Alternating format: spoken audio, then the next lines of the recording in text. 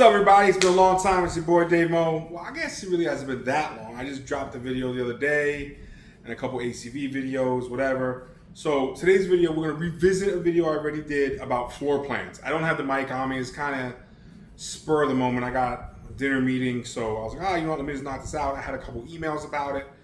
So the floor plan, let's just get this out of the way right now.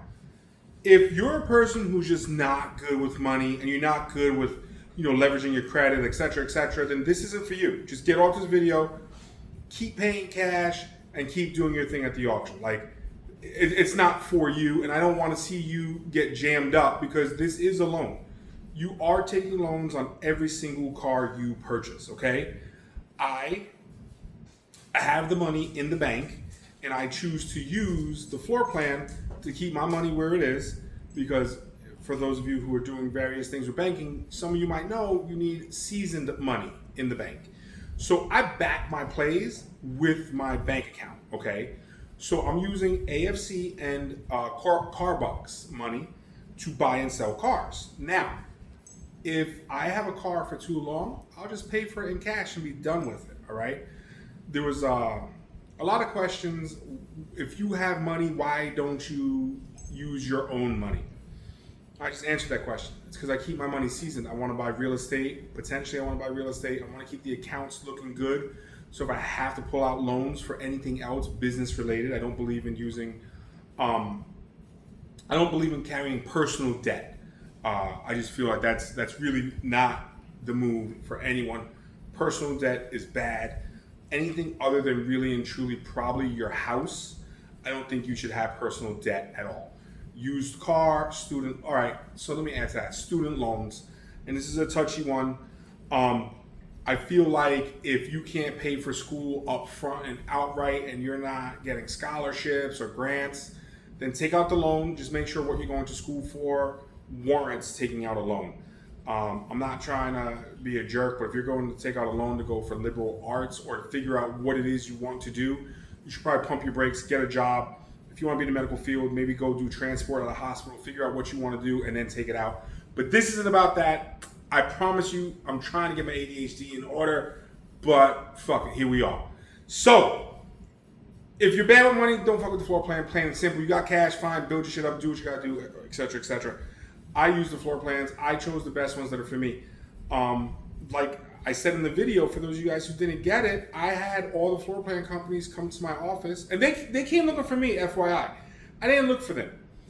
They came looking for me, and they'll come looking for you. They get paid by lending you money. That's how this shit works, okay? So they came to my office, and I said, here's the scenario. I'm going to buy a $15,000 vehicle. What is your all-in number at day 30, 60, 90? So the all-in number needs to include everything, guys. Everything that pertains to the floor plan with the exception of add-ons. What's an add-on? Why is it not included? For me, my AFC floor plan, I include insurance. It's the VIP insurance program.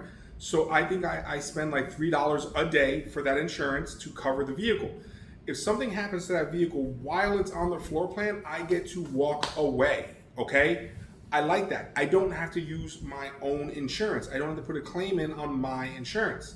So I don't include that in the all-in number because that's me adding something to it, okay? So I gave them the number. It was $15,000, right? And I think I did a 5, a 15, and maybe a 25. Or it could have been 20. But whatever. Who cares what the numbers are? Let's just go with 15,000, okay? So, boom, 15 grand. What's my all-in number at day 30? And like next year, they have a really high upfront number, which means you're going to spend $100 to $150 just to put the car on their floor plan.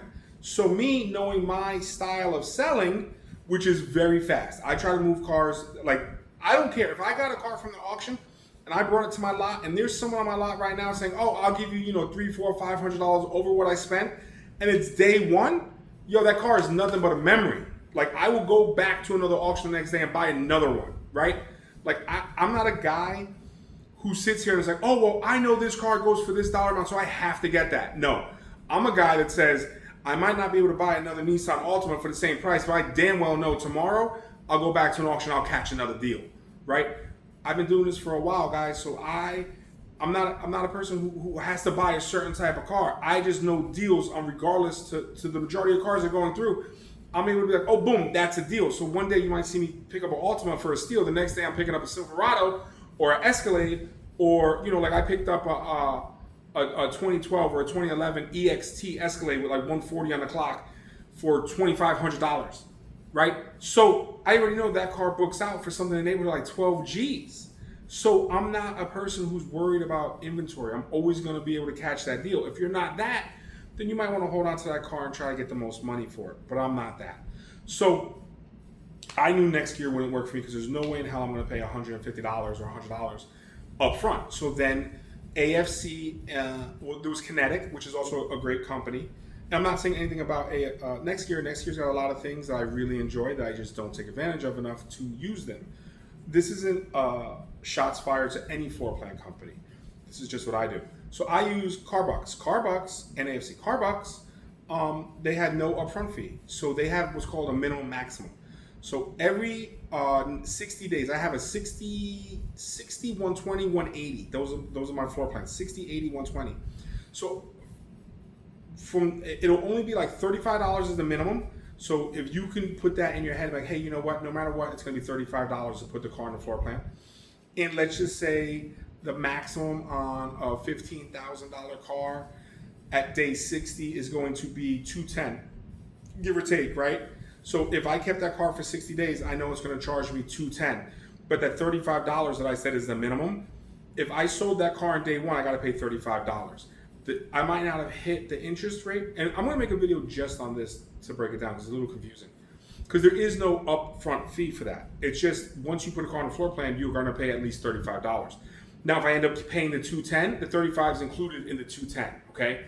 The only other thing I have to pay for is shipping of the title, which is like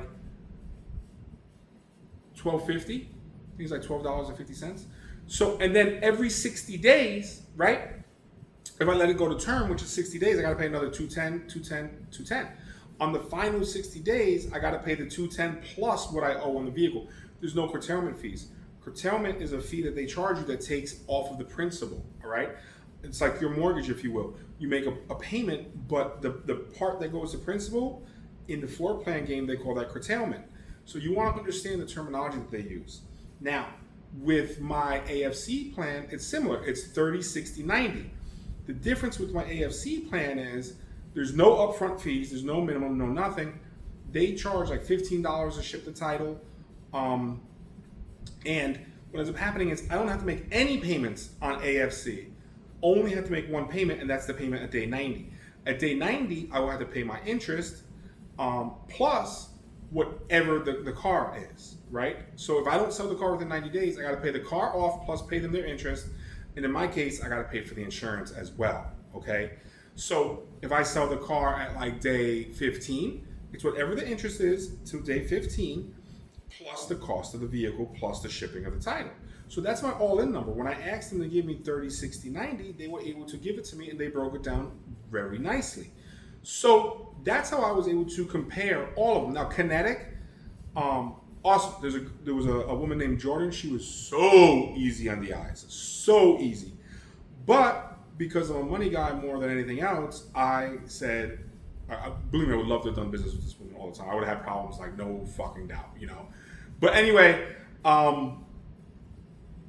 the numbers weren't hitting. They just weren't where they needed to be. They weren't bad. I'll tell you this right now. They weren't bad at all. Carbucks and Kinetic were very close to each other. Kinetic was a tad bit higher because they do charge an upfront fee. So whenever you get the upfront fee, for those of us that sell cars fast, you don't want that fee because you want them to charge their money at the end, like at the term, because if it's never going to go to term, then you don't have to pay that fee. But if they're front loading you, then no matter what, you're going to pay that. So I chose not to use them. I believe there's a few other floor plan companies, but I just didn't mess with them. Those are the four majors in my area. So those are the ones that I used. I hope this video broke it down a little bit more. I really do feel like I just repeated what I said, just me in front of the camera now. But guys, listen, I'm gonna do the best I can to be around. I'm not, like I said, playing videos. I'm not a YouTuber. I'm a car dealer. Uh, so it's hard for me doing this. Not in a bad way. No disrespect. I love doing it for you guys, but it's just not. Um, it's very labor intensive, if you will. I don't have courses. I don't make money like that. You know, I don't even really make money on this shit. Like maybe a couple bucks here and there. You know, so I don't do it for that. I said this before and I'll say it again. I do this for us, man. Every time you guys have called me, any email that you sent me, and I was able to talk to you guys. And seriously, if I've ever had an email with you or I spoke to you and you're still watching the videos, leave it in the comment, man. Let the other viewers know, like, I'm a real one. Like, I really do consider myself a real one because I will spend hours with you on the phone. If I have the time and you have the time, I will break down whatever it is. I'll answer every question that you have as long as I can. I'm not a person who's going to lie or make it up. I'll give you experiences and tell you what I went through. But anyway, guys, with that being said, like I said, it was a short video. I'm trying to get back into it. There'll be more buy and sell videos. I don't even think I really ever had those. But there'll be some more buy and sell videos and some more financing videos and just more videos generally speaking. I'll do the best I can. There's a video that's going to come out. I've been seeing some stuff with this kid and this other guy going back and forth. Listen, I'll catch you guys on the next one. I'm out of here.